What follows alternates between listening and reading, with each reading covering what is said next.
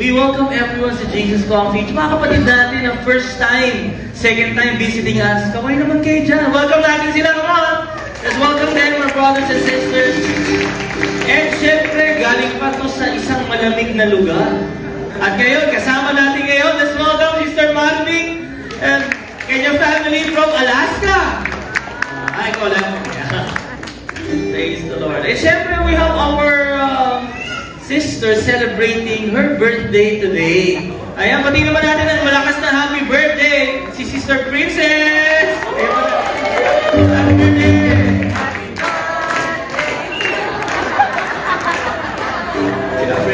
Si Princess, nagsimula kasi na, estudyante pa lang no? And ngayon, meron na siyang trabaho. Trabaho lang ba? May boyfriend na rin ito Grabe si Lord, pupunuin niya ang buhay mo. Praise God. Hallelujah. Okay, let's have our Bibles and open it to chapter 7, Ezra, as we are finishing our series. Marami pa itong lesson actually, pero every month, isang book lang muna tayo. No? Chapter 7, verse 10. Ayan. Isang verse lang po ang babasahin natin today as we all stand and read the Word of God. Okay, sabay-sabay po tayo sa pagbasa ng salita ng ating Panginoon. Ready na tayo? Praise God. Chapter 7, verse 10. Everybody go. Now, Ezra had determined in his heart to what?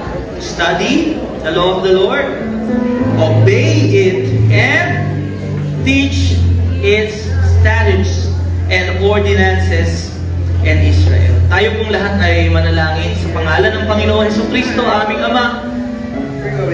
Kami lumalapit sa iyo. Pagpalang trono sa iyong mahabagin at bukas na puso na laging handang magpala sa iyong mga anak. Panginoon, ngayong tanghali kami po ay nagpapasalamat sapagkat binigyan mo kami ng opportunity to receive, to understand the Word of God. And Lord, as we hear from you, Lord, magturo ka nga po sa amin. And I pray that you bless everyone, that wisdom, that knowledge, and understanding that comes from heaven, hindi lamang magiging tagapakinig, kundi isasabuhay po namin ang bawat salita. Lord, handa na kami tumanggap ng pagpapala ng iyong salita. Kaya inaalis namin sa lugar na to lahat ng distraction, nagawa ng kaaway sa pangalan ni Jesus, delays, even the deception of the enemy. Lord, give us a clear word from heaven. Speak to our personal lives, Lord God. Thank you, Father, and all of the blessings of your word, we receive it. In the mighty name of Jesus. Amen. Palakpakan natin ang Panginoon sa kanyang salita. Upo na tayo, mga kapatid.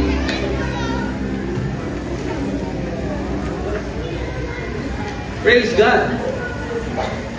Praise the Lord. The fulfillment of God's promises. Hallelujah. Okay. Ayan. Good afternoon po ulit sa ating lahat. Handa na tayo for the Word of God? And before we close and itong series natin, mag-review muna tayo. Ano bang pinag-usapan natin in the book of Ezra? Ano nga pangalan niya? Ezra, ibig sabihin, ano po? Parang babalik pa tayo. The Lord is my help or helper. Tama, the Lord helps me. Kaya yung mga magbe-baby dyan, pwede yung pangalan niya. Lalaki po si Ezra. Okay, chapter 1, pinag-usapan natin the promises of God fulfilled. Okay? Pangako ng Panginoon, tinupad niya. Nakabalik po sila for how many years? 70 years. Kanina, sinasabi ni Sisbel, si Abraham, naghintay siya for 25. Etong mga people of God, 70 years bago sila nakauwi. Ilang buwan ka nang nag-iintay? O naiinip ka na ba, linggo pa lang? O araw pa lang? Maghihintay po tayo. Amen? Pwede ba sabihin natin sa katabi natin, maghihintay tayo sa Panginoon? Praise the Lord. And pagbalik po nila, nagsimula sila. Anong sinimulan nila? Yung temple, worship. Ginawa nilang sentro ng kanilang buhay ang pagsamba sa Diyos. Amen! Kaya alam nyo, gawin natin sentro ng buhay natin ang pagsamba sa Panginoon. Pangatlo yun, why does God allow setbacks? Ngayon, sa pag-worship nila, may humadlang, natigil. Pero ang importante, natigil man, babalik po ulit tayo. Amen!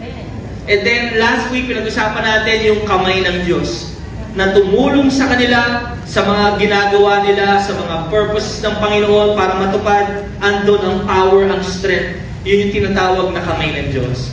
Okay, we are ending our series in the book of Ezra, but before we go to that, tanungin ko lang po kayo. Although we have different cultures, we have our brothers and na from different countries, ano po ang ebidensya na ikaw ay isang tunay na Pilipino? Ano-ano mga evidence na, Pinoy nga yan. Hindi dahil lumaki ka sa farm. Hindi dahil teacher mo si Rubilin. Okay? Ano talaga? Malalaman mo that this person is a Filipino, ha? Sige nga.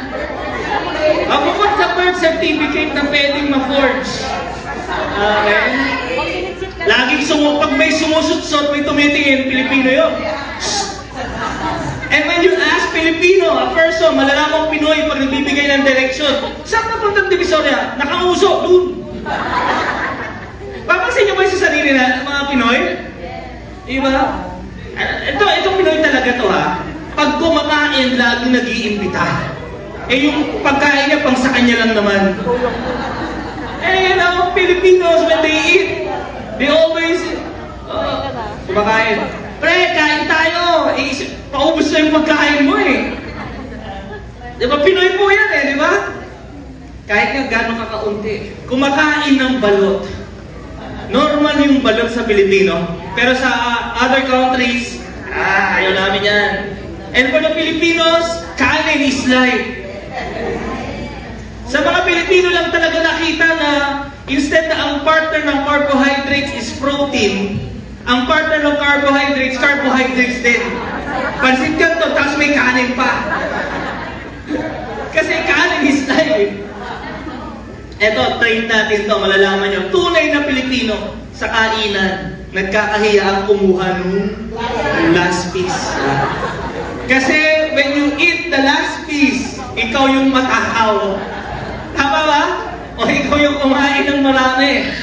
And you know, even the world, they know us. The Filipinos are karaoke master. Mahilig kumanta, kahit ayaw ng kanta sa kanya. Alas 10 na, alas 11 na, nagkakaraoke pa. Lalo na ngayon sa YouTube, di ba? Sa cellphone lang eh. Ano pa?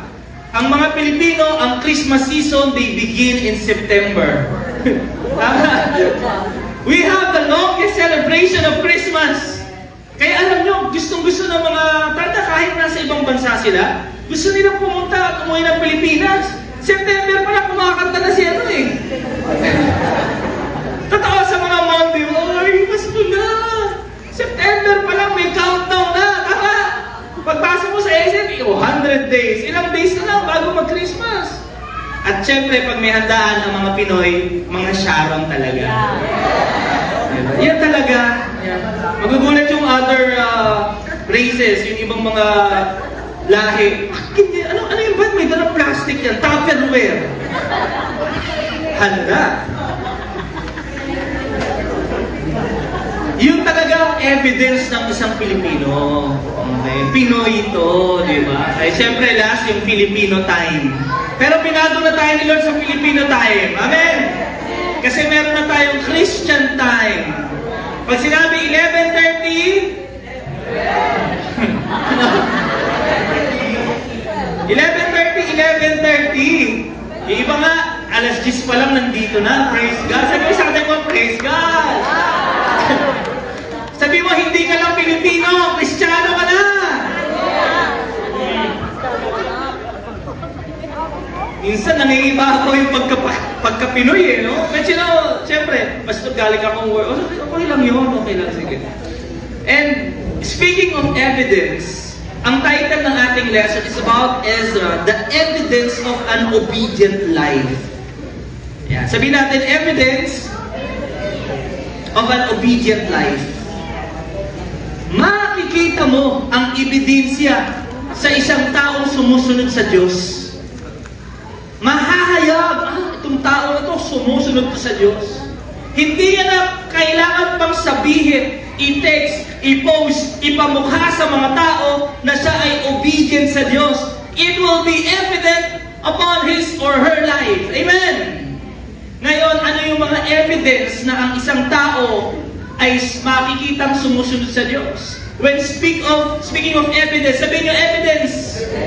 Makikita, it's a tangible proof. Makikita mo talaga, hindi mo maikakaila. Sabi nga, halatang obvious. Halatang obvious pa, no? Makikita mo, sumusunod kay Lord talaga to. Kahit hindi niya ipakita sa iyo yung buong buhay niya ng CCTV for 24 hours, you will see the evidence that this person really follows God. Kaya kayo mga kanta natin, trust and obey, di ba? This person is obedient to the Lord. Pag-usapan natin yung sinabi ni Ezra, no? Sa kanyang sa chapter 7 verse 10. Sabay-sabay. Now Ezra had what? Determined in his heart.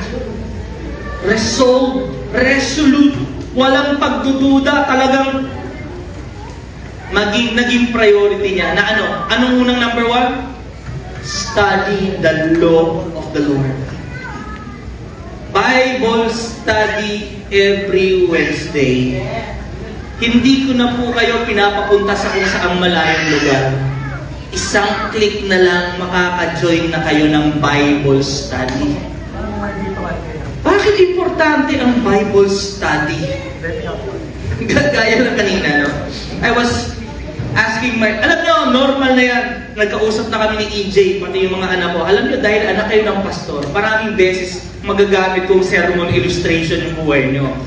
Okay, tanggap na nila yun. I was asking him dun sa journal. Sabi niya, anong devotion mo? Siya, mga sa akin. Sabi niya, Dad, ako nasa 1 Peter. Okay, 5 verse 7. Alam niyo yun? May Bible kayo, nakalagay dun, cast all your cares unto God because He cares for you. Oh, ganda. Alam, sabi ko, anong insight mo? Anong natutunan mo doon? Ibigay natin ang mga problema natin sa Diyos. Sabi ko, teka, basahin mo ulit. Wala akong nabasang problem doon, ha? Hindi, parang ganun yun. Teka, you have to study the Word carefully so you can interpret it rightfully, yes? Pag mali ang pagkaunawa, pag mali ang pagkaintindi, mali magiging buhay mo. Tama ba? So, pinabasa ko lang, kanina umaga lang to. Sabi ko sa kanya, basahin mo. Cast all your cares. May nabasa pa ang problem dyan. Sabi niya kasi, bigay mo kay Lord yung problem. Problem, bibili. Alam mo ang problema, kapag mali, Lord, binigay ko na yung problema ko, bakit nandito pa? Pero sabi ng word mo, bigay ko yung problema, teka, mali! You cast all your cares. Sabi sa translation niya, anxiety, worries. Sabi, ano yun, Dad? Research mo, mag-google ka, at tikinan mo kung ano yun. Cares, anxiety, is an emotion. So, ibig sabihin, sa Tagalog, tinan mo, mas maintindihan mo, alalahanin. Tinanong ko ngayon siya, anong bibigay mo kay Lord? Problema ba? Hello, ano? Alalahanin. Tinanong ko siya, ano alalahanin mo sa buhay? Naalala ko yung grades ko eh. Naintindihan niyo, mas nagiging malinaw dahil pinag-aaralan. Marami sa atin, we do not study the Word. That's why we misinterpret the Word. And we believe the wrong interpretation of the Word. Our life is going into the other direction. Kaya importante po, nag-aaral lang salita ng Diyos. Sabi mo sa katabi mo, every Wednesday, sabi mo sa kanya, ini-invite ka, Bible study, online. Zoom, isang click lang yun, makinig ka, marami kang matututunan. Para maging tama yung paniniwala. Kasi maling paniniwala, maling pamumuhay. Amen? Wrong teaching, wrong interpretation, wrong believing, wrong living. Right teaching, right interpretation, right believing, right living. Naintindihan niyo po? Study. Pinag-aralan niya po ba? Yes. Hindi lang yun. The next is you what? Obey. Sabihin natin sa katabi natin, obey. Kapag naiintindihan mo, natutunan mo, sumunod ka. Kaya sabi namin, balik tayo dun sa 1 Peter 5:7. So anong kailangan mong gawin? Sumunod, ibigay ko kay Lord ang lahat ng alalahanin ko. So paano mo ibibigay? I-pray na kay Lord. Ihingi mo ng tawad kasi nag-aalala ka. Oh Lord, hindi na po ako mag-aalala sa mga grace ko kasi ikaw nang bahala sa akin. Mag-aaral naman ako ng mabuti. Naintindihan niyo ba? Kailangan mong gawin. And sabi ko, aralin mo to. Tingnan mo to. Kasi if we study right, we can obey it right. And the third thing, ang ginawa ni Ezra, we can teach it right. Maituturo natin ng tama. Amen? Yung iba sa atin nag-i-skip. Tumatalon. From study, tapos teach agad. Walang obedience. Tawag sa kanila, mga last Sunday, pinag-usapan natin, mga hypocrite.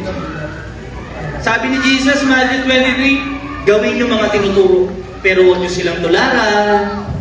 Kasi tinuturo nila, pero hindi nila sinasabuhay. Sabi mo sa katabi mo, isasabuhay. Kung ano yung tinuturo natin, ito sabi ng salita ng Diyos, natutunan ko nung Sunday, yung sermon, gawin mo muna. Natuto kong magpatawad. Ang hirap kasi magsabi, magpatawad ka, tapos babalik sa'yo, ikaw nga galing ka sa akin Hindi na no? There's power, there's impact, there's influence when a person lives according to the Word of God and teaches the Word of God. Tama po ba? Iba po ang dating ng salita ng Panginoon. Yes, the Word of God is alive and active, powerful.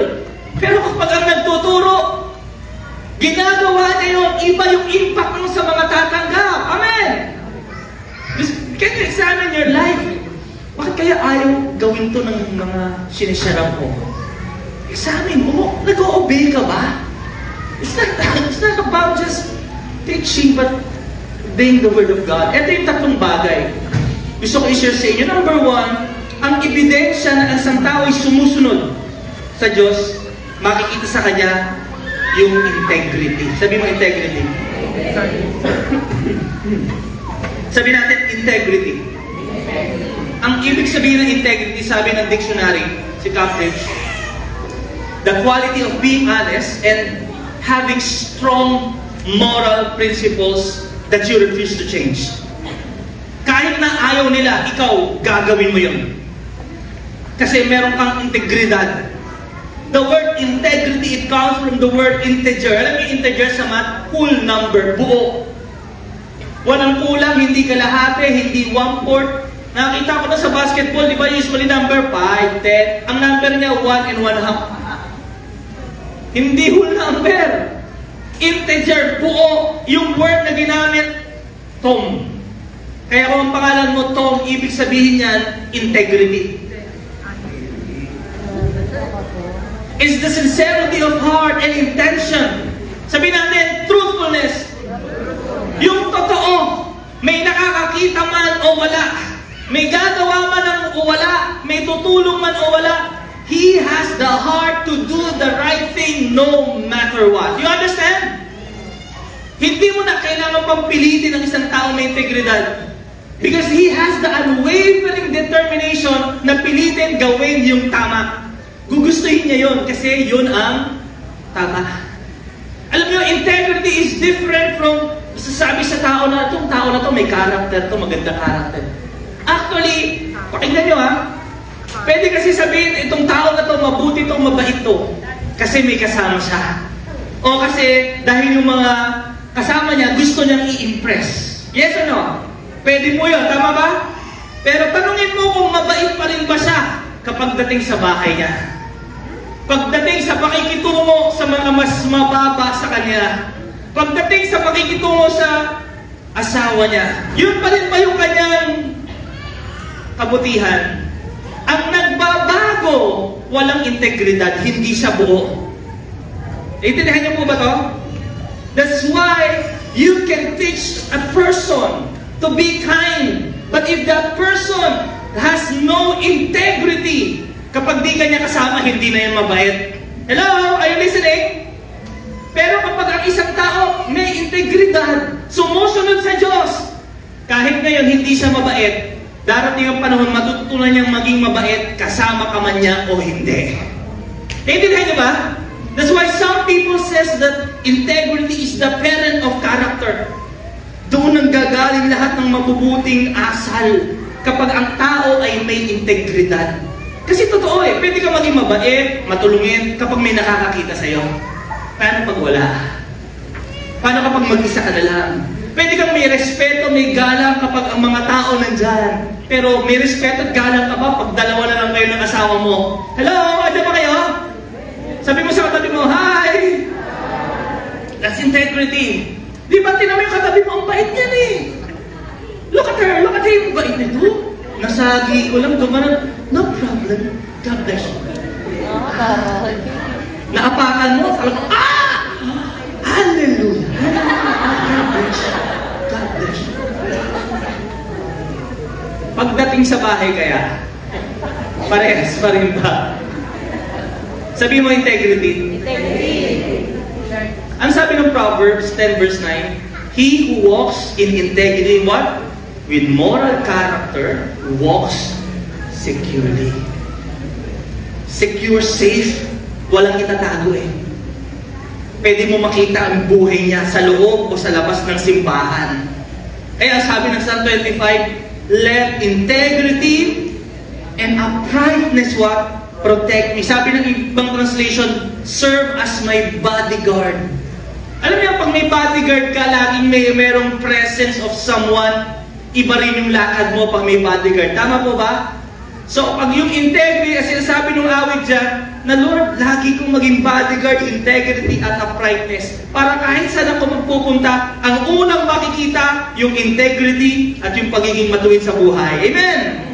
Eto si Ezra. Paano natin nasabi na may integrity siya? Nandun sila sa ibang lugar. Wala pong nag-check na pastor. Walang priest. May accountability, pero walang someone na mag-check sa kanya, Ezra, ganito gawin mo. Pero pinili niya eh. Alam niyo yung hari, napalagay yung kanyang loob kay Ezra. Sabi ng hari sa verse 30, I have issued a decree that all of the people of Israel, lahat ng tao, lahat ng mga Israelite, priests and Levites, in my kingdom, ako hari dito. Sino man dyan, Levites, priests, gustong sumama sa'yo, sige, isama mo. Bakit? Kasi kapag kasama si Ezra, safe sila. Yung hari, napalagay na yung loob. Nagtiwala. Bakit? Si Ezra may integrity dyan. Hindi niya dadalhin sa masama itong mga tao na ito. Can I ask you the question? Palagay ba ang loob ng mga magulang mo kapag mag-isa kang pinapayagan lumabas? O ikaw, mag-asawa kayo, magpapaalam ka lalabas. Palagay ba yung kanyang loob? Na ready? O sige, no problem. Yung hindi ka na kailangang i-check saan ka pupunta. Sino kasama mo? Ano ginagawa mo dyan? At siyempre, binabalance natin yung accountability. Pero okay lang ba sa kanya na sumama ka sa mga tao na yun kasi nagtitiwala yung asawa mo sa'yo na hindi ka gagawa ng masama kasi may integridad ka? Mga kabataan, gusto nyo lagi kayong payagan? Pakita nyo sa loob ng bahay, mapagkakatiwalaan kayo. Yung mga anak nyo, gusto nyo ba kasama kalaro nila yung mga batang mga nakikipaggaway, paggulo, mumura? Gusto nyo ba yun? Ayaw eh. Kasi may mahahawa. Pero kapag ang isang kabataan, may integridad, sumusunod sa Diyos to. Kahit may magulang o wala, nakikita, magagalit si Lord. Yun ang unang-una. Hindi yan kay Lord. Anak ako ng Diyos, hindi yan ang buhay ng mga anak ng Diyos. Papasamahin eh. Tama mo ba? You know, listen, huwag kayo magtampo sa mga magulang nyo kapag hindi kayo pinapayagan. Baka hindi pa na-build up yung trust. Kasi pagdating sa bahay, oh anak, gawin mo to. Hindi mo ginagawa. Anak, pakiingatan to. Nasaan na yung gamit natin? Winasak mo. Nasaan na yung mga binili sa'yo? Hindi na makita. Nasaan na? Integrity. Hindi lang mga tao pinagkatiwala kay Ezra. Let's read verse 15 to 16. Ano pa raw? Let's read together. Therefore, with this, pera. You shall diligently. Ezra, bumili ka ng kailangan mong bilhin. No problem. Mga bata, naranasan natin yun. Naging tayo 500. 100. O, bili ka doon. Pagdating sa bahay, nakabili ka. Oh, nasa yung sukle. Magkano to? Bakit kulang to? Bakit? Namumuha eh. Namumuhupin. Nagsukle. Pinabili lang ng toyo. Pagdating may ibang chichirya, candy. Sabi mo integrity. Even in your company.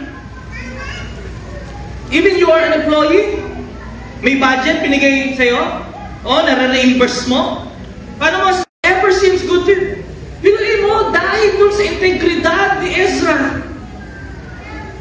Hindi lang ito bastang pera. Silver and gold, and as for the utensils, lahat ng mga kagamitan sa templo, may kailangan pa ginto, silver, gagamitin nyo para sa pagtatayo. Go ahead. Why? Because of integrity, Ezra can be trusted with money. Hindi maloko itong si Ezra. Hindi dinadivert yung attention niya sa sarili niya, kundi dun sa mission, sa purpose. Pinoprotektahan niya yung kanyang integridad. Kilala niyo si Heinz? Yung lolo ko, si Henry Heinz. Oh, yan, ketchup. Okay, ketchup. Although, hindi na, alam mo yung iba, UFC, Jupran, okay? Hindi ko pa alam storya nun eh, ha? Pero sa aming mga mayayaman na nakatira sa mga malalaking mansyon, ang ketchup namin, Heinz. Joke lang. Eh, yung, alam niyo yan, si Henry Heinz. Ang binibenta nila, horseradish and sauce and pickles na bankrupt. 1875 na bankrupt. Nag-file siya ng bankruptcy nung company nila, si Henry Heinz, eh may utang. Listen, may mga business partner, may mga utang. When you file bankruptcy, yung mga nangutang sa'yo, may pag-asa pa? Wala na, kahit hindi mo na yon. Kasi declared na legally bankrupt ka na eh, wala ka ng pambayad. Naintindihan nyo? Ibahin mo si Heinz. Bago niya maitayo yung ketchup company na Heinz at yung ibang mga product niya, he ensured na maprotektahan yung integrity ng kanyang apelido. Unti-unti, kahit na from utang doon sa kanyang bankrupt company, alam mo ginawa niya? Binayaran niya lahat ng yun unti-unti. Hindi na siya required legally. Pero alam niya kasi utang yun eh. Can I ask you this with a humble heart? Meron ka bang mga utang na hindi pa nababayaran?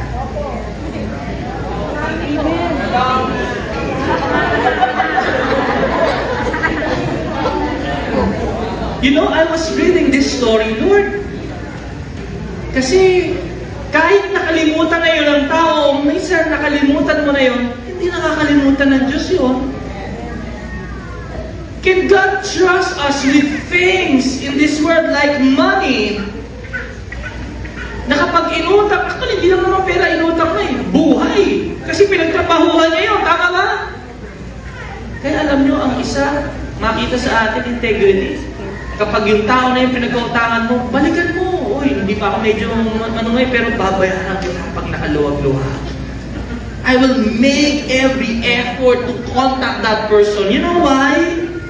Listen. Kasi integridad. Ano sasabihin sa'yo? Pag nagkita kayo, nagkaharap kayo, makakaharap ka ba? Makakakaroon ka ba ng time and confidence makipagkwentuhan and share about Jesus? Sabi ng Holy Spirit, share mo ko dyan. Tapos pagkaharap mo ngayon, flash mo, utang mo, no? Binlock mo siya sa Facebook. Hindi ko po kayo, wala po nagbayad sa akin para singilin kayo. But the Spirit of God is telling us, can we be trusted with what is not ours? Hindi naman po sa atin yung tama. So mapagkakatiwalaan ba tayo? I tell you, pabayaran ni Lord yan, magkaroon ka lang ng desisyon na balikan yung mga tao na yun. And ito, kapag binayaran mo yun, ano mangyayari? Magugulat sila. Kala nila, naglaho ka na sa mundo eh. Tapos biglang pinalikan mo. Tapos, kasi, naging Kristiyano na ako eh. Wow! Sinabi sa akin ng Panginoon eh. Babalikan ko, kailangan kong bayaran yun. Pasensya ka na kung nakakala mo nakalimutan, pero pinapaalala ng Banal na Espiritu sa atin. Amen! Parang medyo mahina yata pagbayaran ako. Amen! Alam nyo, after that bankruptcy, mas malaki yung naging kumpanya niya. Hindi pa naman nabuo yung Heinz dati. Lalong nakilala yung Heinz globally is because of what? Integrity. Amen! Kakatiwalaan sa pera. And even in our finances, gusto niyo ba pagkatiwalaan tayo ni Lord ng malaki? Ng milyon-milyon? Gusto niyo ba talaga yung Lord? Katiwala mo, bank account ko, 7 digits, Jesus name.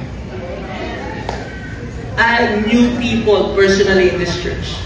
Nang simula sila, tithing, magkano? 25. Yun lang yung pera nila eh. 25 lang pinigan. Ngayon, ibo na. At maging tapat. Yung dati, ang sweldo niya, 3 digit lang. Binibigay niya pati faithfully. Nadagdagan! Integrity. Sa bao, nagsisimula. Sabihin ulit natin sa tabi natin, integrity. Yung envelope natin, may pangalan po ba? May pangalan ba yung envelope natin? Eh, alam nyo, we prayed about it. Pwede mo naman lagyan. Pero para makita mo, gaano man kalaki, naging tapat ka man o hindi, alam ng Diyos.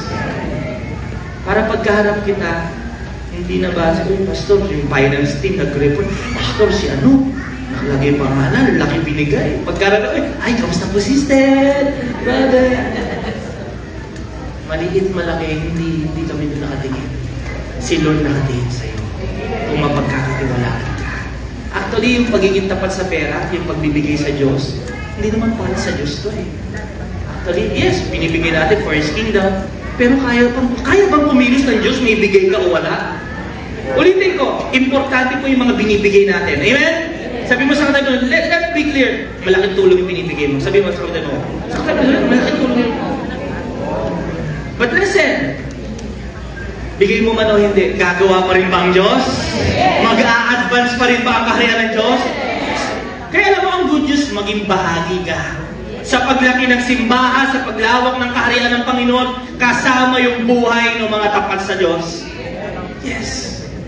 Integrity. Nakita man o hindi, may pangalan man o wala, gawin mo. Verse 21, ano ba pinagkatiwala? Tao, pera, ano sabi? Artaxerxes the king issue a decree. Whatever the priest, Ezra, kung anong kailangan niya. Wow! Alam mo, natutuwa ako sa kanya. Sabi ko, wow. Sabi niya doon sa mga treasurer sa Babylon, kita doon si Ezra, bigyan niyo to kung anong gusto niya. Kung anong kailangan niya, ibigay niyo. It shall be done diligently and at once. Kapag may kailangan to ha, huwag niyo nang magpabukas. Bigay niyo agad. Bakit? Etong tao na to, may integridad to. Hindi to hihingi para sa kalokohan. Hindi to mandaraya. Hindi to magnanakaw. Hindi to gagawa ng masama. Napagkakatiwalaan ko to. Kaya kung anong desisyon niya, anong gusto niyang gawin, ibigay niyo. Who is speaking here? The king. Sabihin ko ba sa'yo, alam mo ba sa hari na to may mas mataas pa? Na kapag sinabi, mga anghel, etong anak ko na to, may integridad to. Kapag kailangan niya ng budget, kailangan niya ng pera, ibigay niyo agad. Huwag niyo patatagalin. I-bless agad to. I-provide agad ang need nito. Bakit? pagkakatiwalaan ko to. Amen. Integrity. Number 2, may integridad ang sumusunod sa Diyos. Pangalawa, merong stability. Can we say that? Stable. Hindi mayayanig. Hindi mauga. Let's read what Jesus says. It's Matthew 7:24-25. Everyone who what? Hears. Sabi natin, hears these words of mine and acts on them. Like will be like a wise man. Hindi lang nakakapakinig, kundi isinasabuhay. Are you listening? Narinig niyo na ba ang word of God? Praise God. Nandun na kayo sa first step. Ang second step, we act. Kailangan sundin natin. Like a wise man who built his house on the rock. Rain fell, floods, torrents came, winds blew, it slammed against that house, yet it did not fall because it had been founded on the rock.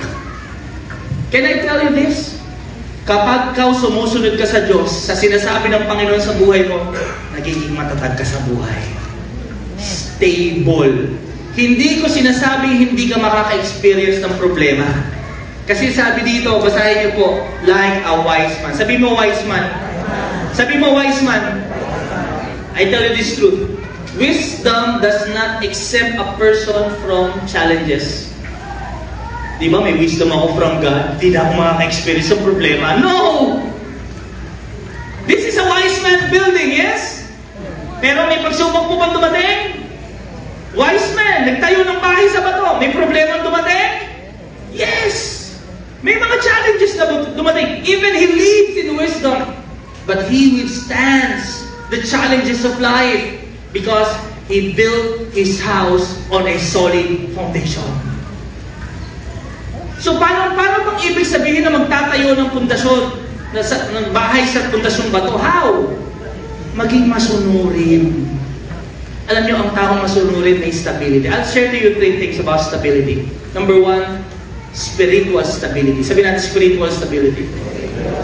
It comes from properly thinking about God, every time about God, about the things of God. Kahit may problema, may nagkaroon ng sakit, kapag ikaw meron kang pagsunod sa Diyos, spiritually stable ka. Kapag may sakit ka, alam mo gagawin mo. Mag-pray, magpa-fast, ihingi ng tawad, mag-worship, magpe-praise. Hindi nagdududa, hindi nagko-question sa Diyos. May spiritual stability.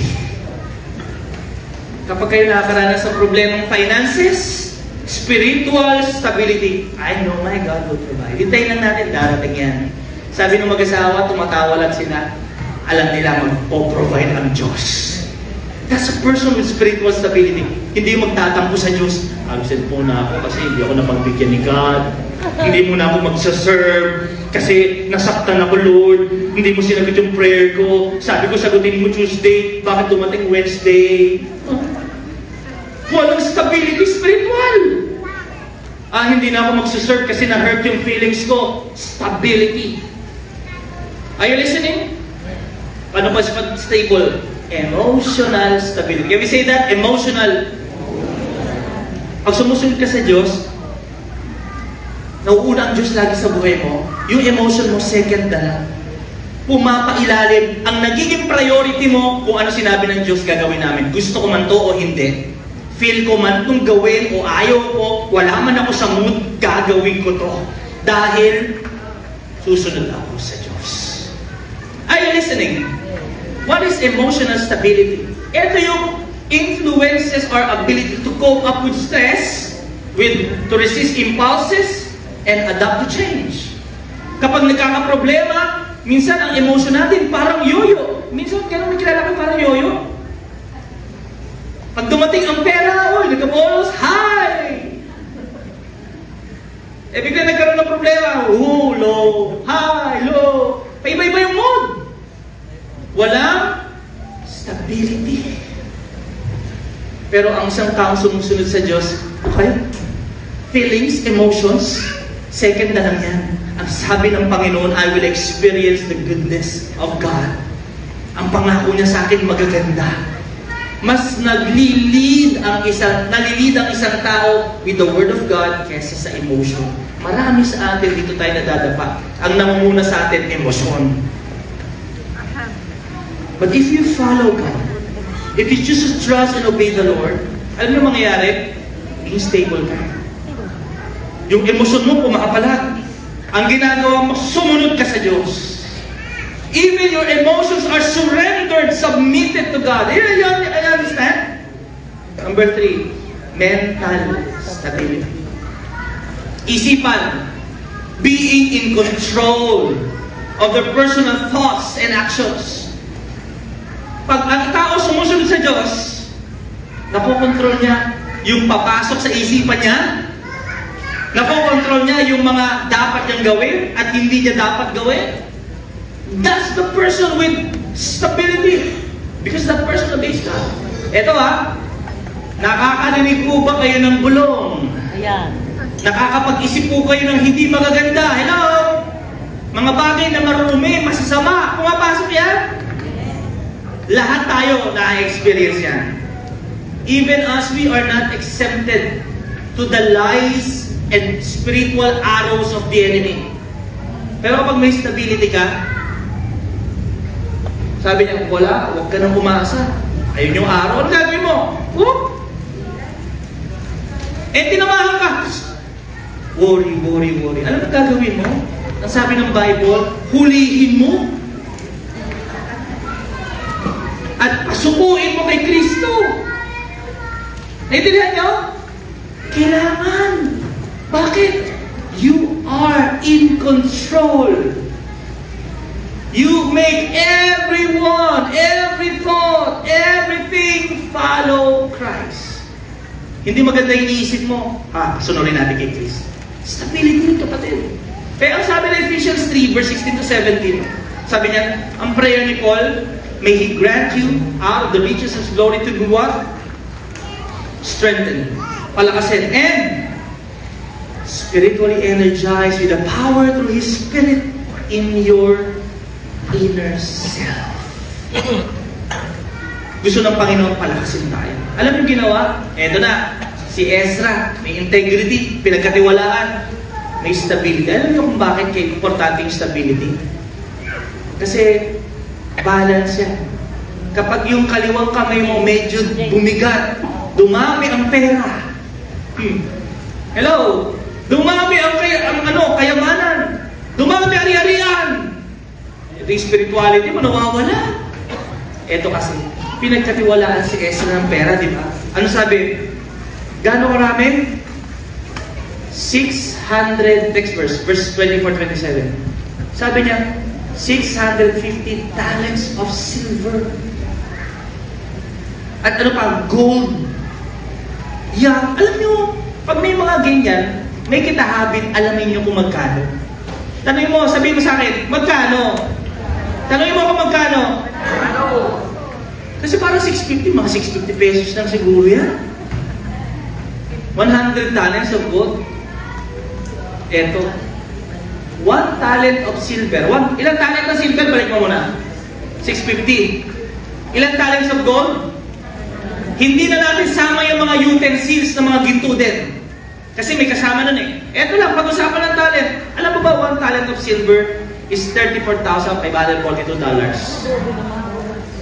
Dollars to Times ilan? Silver pa lang to, 650. Ilan? 22 million point 4. Dollars. Multiply by 55. Ilan? 1 billion. Ang kanilang inuwi. Teka, silver pa lang. Gold? 100 talents of gold, tama? Ang 1 talent of gold is 2.9 million. Times 100 ilan? $290 million. Times pesos? 18 billion. 16, 17. Kulang-kulang 20 billion pesos. Dala-dala nila. Pinagkatiwala kay Ezra at dun sa mga priests. What will happen to you? And can I ask you this honest question? And I want you to ask yourself also. What will happen to you kung binigyan ka ng Panginoon ng $20 billion pesos? O, wag na 20. Dami naman yung pastor, di kaya sa kwarto ko yun. O, bigyan na. Binigyan ka ng 100 milyon. Makikita ka pa rin ba kaya sa church?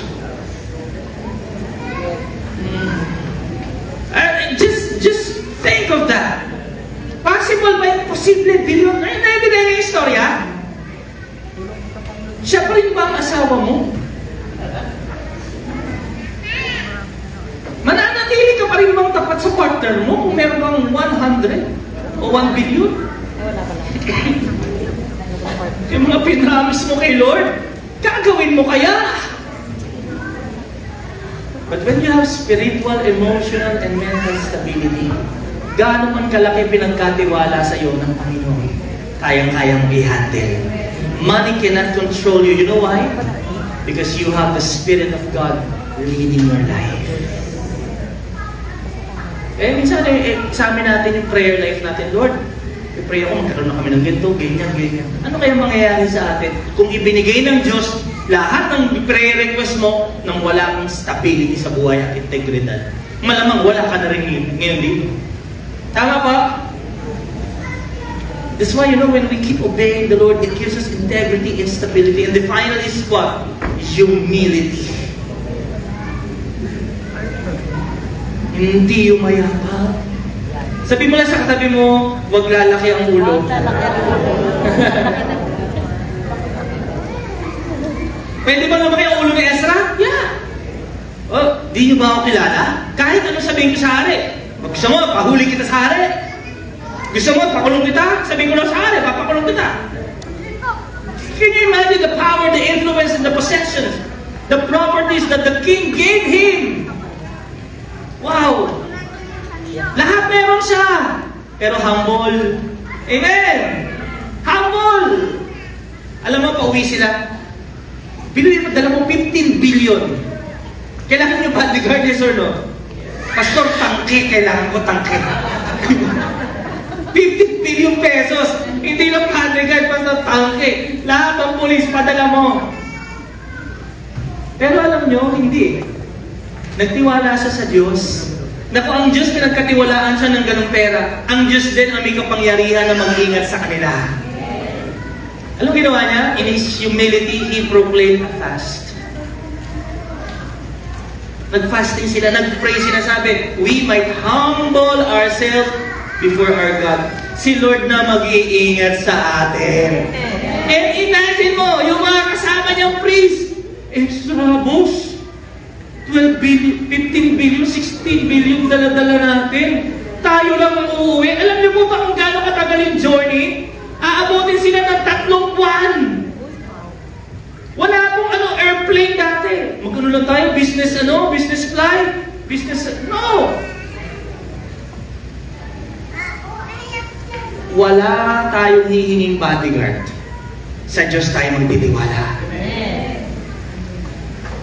Pastor, nasaan ang wisdom? Bakit hindi humingi si Ezra ng protection sa hari? Pero pag humingi siya, bibigay. Tama mo ba? Kasi alam ng hari, pinagkakatulong, nasaan ang wisdom? Alam niyo kung bakit? Let's say the next verse. Sabi kasi doon, talon mo muna yan, verse 22. I was ashamed to request troops. Bakit? Hindi na ako nanghingi ng protection sa hari.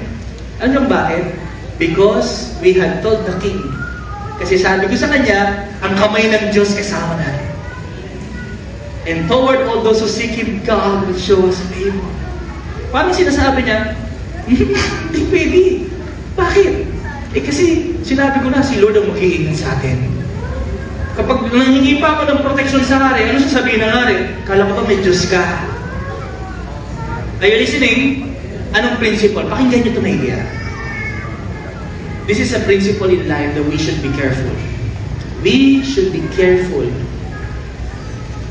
that our words should be backed up with our actions. Ulitin ko, yung action mo dapat in line dun sa sinasabi mo. Marami sa atin ganito. Pero syempre hindi kayo, baka yung katabi mo, kasama ko si Lord. Hindi ako natatakot. Kasama ko si Lord. Samahan mo nga ako, mag-isa lang kasi ako sa buhay. Natatakot ako. God will protect me. God will provide for me. God will make a way for me. Pero ikaw naman, gumawa ka ng para sa sarili mo. Sabi ni Ezra, ang Diyos, ang kamay ng Diyos, mas makapangyarihan sa hari. At at siya ang mag-iingat sa akin. Pangalawang principle, maging maingat po kayo how you share problems, especially with unbelievers. Alam mo yan, kung may problema, share mo lang sa akin. Hindi kita i-condemn. Kasi pag isama ko lang, nag-share ka about Jesus, God is eternal life, biniless tayo ng He's our deliverer, protector. Tapos sasabihin mo, mag-share ka ng problem. Alam mo yung asawa ko, yung problema namin, yung problema kong ganito. Ano sasabihin sa'yo, unbeliever? Kala ko ba may Diyos ka? Yan bang nangyayari? Ano ibig sabihin, Pastor? Hindi na ako mag-share ng problem? Be careful. Lalo na sa mga taong naghihintay lang ng pagbagsak mo kesa sa pag-angat mo sa buhay. Ang kaaway, minsan, nandyan nakaabang para sirain yung pananampalataya mo sa Diyos. Kaya sabi niya sa hindi na kailangan. Imagine mo yung feeling ng mga priest. Billion talaga natin, mako-hold up tayo, ang dami mo totoo yun. Eh, Pastor, paano? Kanina mo i-share? Share mo na lang sa amin. I-share mo dyan sa cell group leader mo. Hindi yan i-chismis sa iba. Hindi, kasi kala ko pa si Lord ang ano mo. Hindi. We will pray for you. Amen! Pastor, I believe God will provide. Utang naman. Kala ko ba God will provide? Sabihin mo sa unbeliever yan. Ano sasabihin sa'yo? Ano ba totoo yung Diyos mo?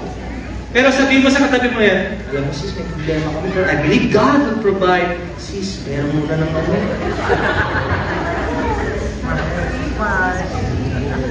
Kasi yung katabi mo, mauunawaan niya pa. Sa buhay natin, naiintindihan niyo? This church is a family, yes or no? Yes. We help one another. We carry the burden of one another, yes? We share, we encourage, we pray for one another. And also, if we have the opportunity, we will help one another. Humility. Kaya alam mo ginawa nila? Naglakad sila, wala silang protection. Sila lang. Pero makapangyari ang mga kamay ng Diyos. Nakarating sila sa Jerusalem. At pagdating nila, in their humility, alam mo ginawa niya? Ang galing ni Esther, pinag-iwalay niya. O ikaw, 1 billion. Pag na-hold up tayo, takbuhan na kayo, ha? Parang gano'n. Pero nakarating sila lahat. Ito nangyari. Pagdating nila doon, nagyabang ba sila? Alam mo ginawa nila in verse 33 to 35? They offered to God. Tapos, bago sila mag-offer, halika rito, di ba magkano bigay sa'yo? 1 billion. Parang kulang ng 3 million to. No. Kung ano yung pinagkatiwala, yun din yung pinilang nila pa uwi. Nung dumating sila doon, kung ano yung binigay, yun din yung sinauli nila. So, ibig sabihin, lahat ng proteksyon, provision, pag-iingat, ang Diyos ang pumilos sa kanilang buhay. Alam mo ginawa nila? Naniniwala ba kayo na nararanasan yung kabutihan ng Diyos? Pinoprotektahan ba kayo ni Lord? Iniingatan ba kayo ng Diyos sa buhay nyo? Dapat ma-aksidente ka eh. Dapat wala ka na dito eh. Dapat naki-Lord ka na eh. Pero bakit nandito ka pa? It's because the hand of God is in your life. Alam mo ginawa nila? Listen, they offered what? Burnt offerings to God. Nag-alay sila bilang ano? Pasasalamat. And when we offer to God, it's a sign of humility. Na Lord, salamat po. Kaya alam niyo, praise and worship, yung pagpunta natin every Sunday, Lord, isang buong linggo, buhay pa rin ako. Maraming salamat. Lord, isang buong linggo, hindi mo ako pinabayaan. Lord, ang dami mong problema, pero nakatayo pa rin ako. Salamat. Lord, nagkaroon ng health problem, pero salamat pinag mo. You offer to God. It's our humility before God. And finally, God blesses humility. Let's read 66 verse 2. I will bless those who have what? Humble and contrite hearts, who tremble at my word. Pastor, wala pang integrity sa akin. Keep on obeying God. Pastor, gusto ko magkaroon ng stability sa buhay ko. Keep on following the word of God. Gusto ko ma-develop yung humility. Keep on following the Lord's command. Kaya kailangan talaga magsunod. And I want to finish with this. Ang hari na may-ari ng lahat ipinagkaloob kay Ezra ang mga tao, ang kayamanan, at kapangyarihan. Pero hindi niya sinamba yung hari. Si Yahweh pa rin ang kanyang sinamba. It's the same temptation that Jesus had experienced. Sabi ng kaaway, yung tinakay, gawin mong bato. Flesh. Tama? Gutom ka eh. Umakyat sila sa pinakamataas na tuktok, magpatihulog ka. Maghuhulag sila, buhay ka pa pag nahulog ka. Last from the temple, makikita, sambahin mo ako at lahat ng yan bibigay ko sa'yo. Sabi ni Jesus, depart from me. Siya ang nagmamay-ari ng lahat. Yet, He humbled Himself. Si Jesus ang nagmamay-ari ng lahat, pero ipinagpakumbaba niya pa ang kanyang sarili para sundin ang kalooban ng Ama. Kaya merong mas magaling kay Ezra. Siya ang ating Panginoon Jesucristo na Panginoon at tagapagligtas. Tayo na tayo. Palakpakan natin ang Panginoong Diyos. Thank you, Lord Jesus. Thank you, Father.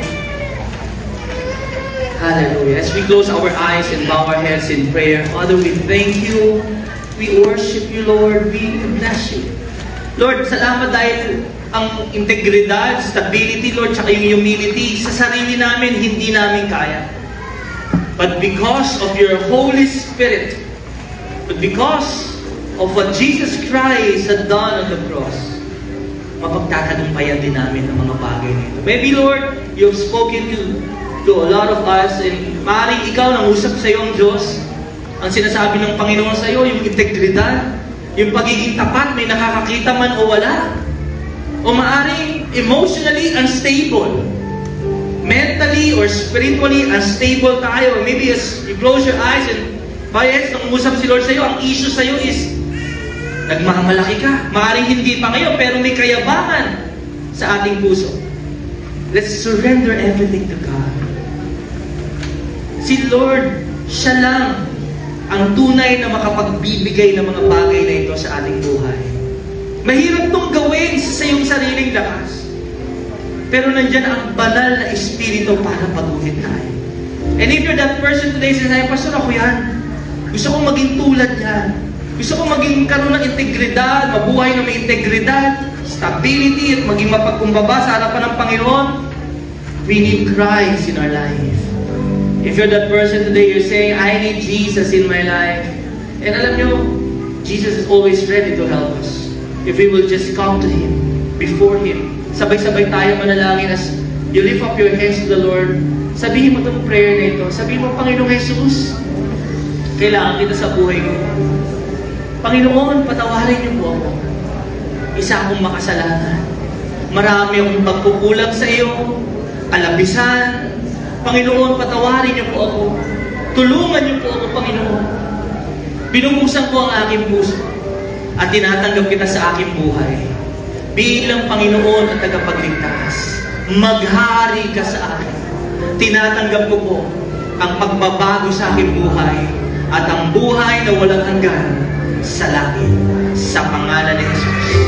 Amen. Palakpakan natin ang Diyos sa buhay.